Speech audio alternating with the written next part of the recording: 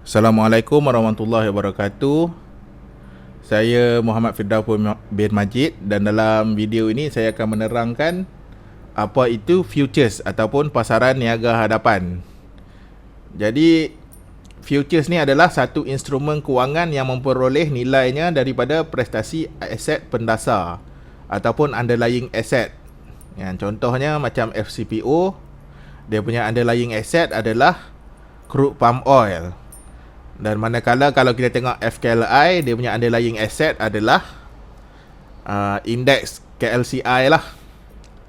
Dan ia merupakan kontrak standard yang di mana spesifik kontraknya telah ditetapkan oleh exchanges ataupun bursa lah. Dan dia didagangkan di bursa niaga hadapan ataupun bursa derivatif. Dan dia adalah untuk membeli atau menjual sesuatu pada harga yang telah ditetapkan pada masa yang ditetapkan pada masa hadapan. Jadi kegunaan futures yang pertama adalah untuk lindung nilai ataupun hedging, di mana kita mengambil kedudukan kita punya futures position bertentangan dengan kita punya physical punya position lah kan. Di mana kalau kita ada kedudukan fizikal tu long kan, kita akan short lah. Contohnya macam sini long hash untuk mengambil kedudukan long atau beli dalam kontrak niaga hadapan dan digunakan oleh pengguna akhir komoditi. Maka manakala short hash pula adalah untuk mengambil kedudukan short atau jual dalam kontrak niaga hadapan dan ia digunakan oleh penanam komoditi pertanian dan pelombong. Kegunaan kedua adalah untuk spekulasi, di mana kita membuat pembelian aset dengan harapan ia akan menjadi lebih bernilai pada masa terdekat. Manakala kegunaan ketiga adalah untuk arbitrage, di mana kita melakukan pembelian dan penjualan secara serentak instrumen yang sama di pasaran berbeza daripada pencanggahan harga. Jadi kegunaan futures kan, kenapa hedges beli futures contract ni adalah untuk dia nak lock harga tu dan mendapat perlindungan apabila harga naik, dan dia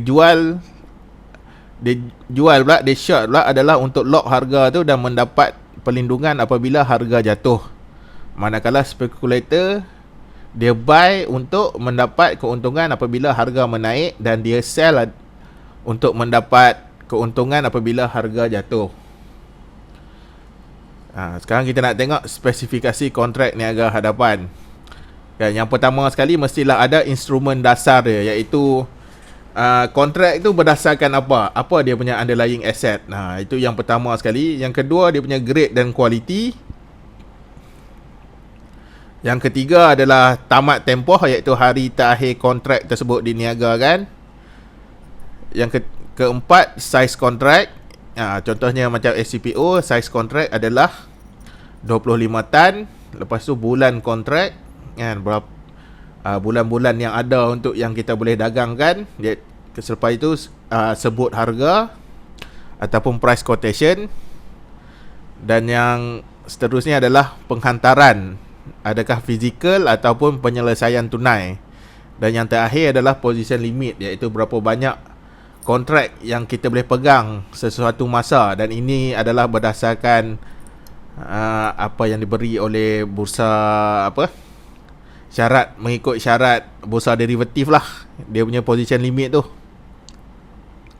Okay, so jenis-jenis kontrak niaga hadapan. Yang pertama kita ada agriculture futures, iaitu FCPO kan, crude palm oil, ada juga soya. Dan stock index futures kita ada FKLI, iaitu berdasarkan KLCI punya index. Interest rate futures, kita ada bond futures, dan kita ada metal futures seperti gold and silver. Dan untuk kita trading futures ni, pertama sekali apa yang kita perlu ada adalah kita perlu depositkan margin, iaitu jumlah wang yang mesti didepositkan dengan broker apabila memasuki position lah kan. Macam kita nak, either kita nak long atau short, kita mesti masuk dahulu duit kita lah deposit ke dalam account trading futures kita. Lepas tu baru kita boleh masuk position lah kan. Risiko tinggi, lagi tinggi risiko satu kontrak tu, lagi tinggi lah dia punya keperluan margin kan. Lepas tu kita ada margin awal ataupun initial margin, iaitu dana yang diperlukan oleh bursa derivatif untuk memulakan kedudukan masa hadapan lah kan. Contoh dia macam FCPO, kita perlukan RM11,000 untuk masuk satu lot trading FCPO lah. Itu margin awal dia. Kita ada 11,000 baru kita boleh trade satu lot. Kalau macam FKLI, kita hanya memerlukan RM4,200 sahaja untuk masuk satu lot. Dan yang kedua adalah margin penyelenggaraan, di mana jumlah minimum yang mesti dikekalkan pada bila-bila masa dalam akaun pedagang. Dan jika dana kita jatuh di bawah margin penyelenggaraan ni, ada 3 cara lah yang kita boleh buat. Iaitu yang pertama sekali adalah kita top up kan, kita tambah nilai bagi cukup balik kita punya duit dana tu ke initial margin ya. Yang kedua, kita tutup position tu. Ataupun yang ketiga, kalau kita tak buat kedua-dua ni, yang ketiga dia akan dijual oleh broker lah. Broker akan close position tersebut. Jadi apa faedah berdagang futures ni? Yang pertama sekali adalah diversification lah, iaitu kepelbagaian portfolio, di mana selain daripada stok kan, kita boleh guna futures contract ni untuk diversify kita punya risk kan. Yang kedua adalah kontrak terpiawai dan terkawal, iaitu dia ada dia punya standardized punya kontrak. Yang ketiga adalah mark to market, di mana kita punya untung dan rugi akan disettlekan pada hujung market lah, di mana kita apabila kita dah close position kita kan, dia punya untung dan rugi tu akan terus dimasukkan ataupun ditolak daripada kita punya account. Yang keempat, anonymity, di mana orang tak tahu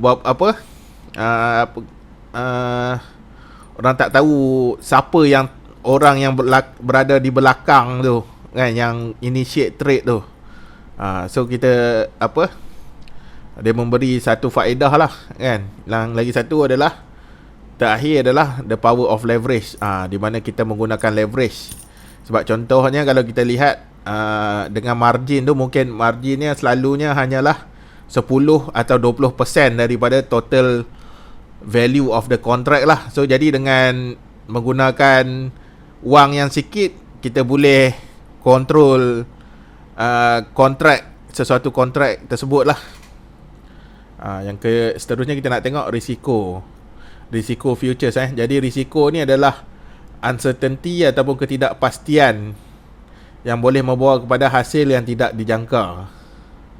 Dan setiap pelabur mempunyai profil yang unik dan yang mempengaruhi kesanggupan dan keupayaannya untuk bertolak ansur dengan risiko. Dan secara amnya, pelabur yang mempunyai pulangan yang lebih tinggi untuk mengimbangi risiko pelaburan yang lebih tinggi lah. So dia akan mencari, setiap trader ni dia berbeza lah dia punya risiko dia. Dan kalau dia nak pulangan yang high risk, dia perlukan, kalau dia trade satu yang high risk, dia perlukan pulangan yang tinggi lah. Jadi yang pertama sekali, risiko dalam futures trading ni adalah leverage, di mana selain kita boleh buat untung yang besar, kita juga boleh mengalami kerugian yang besar disebabkan leverage ni. Yang keduanya adalah interest rate risk kan, risiko bahawa nilai pelaburan akan berubah disebabkan oleh perubahan dalam tahap mutlak kadar faedah, di mana kalau berlakunya perubahan interest rate ataupun OPR kan, dia akan efek juga sesetengah market tu. Dan liquidity risk, di mana tahap liquidity dalam kontrak boleh memberi kesan kepada keputusan berdagang atau tidak. Contohnya, satu kontrak itu mungkin tak cukup liquidity, so mungkin kita takkan trade lah, sebab kita akan mengalami masalah untuk entry dan exit. Yang seterusnya Risiko adalah berdasarkan settlement dan delivery risk, di mana kemungkinan satu atau lebih pihak akan gagal memenuhi kontrak pada masa yang dipersetujui. Okey, jadi tuan-puan, itu adalah sedikit pengenalan tentang futures market. Kita berjumpa lagi pada masa akan datang dan saya akan menerangkan tentang kontrak-kontrak yang ada dalam pasaran futures lah. Okay, Assalamualaikum warahmatullahi wabarakatuh.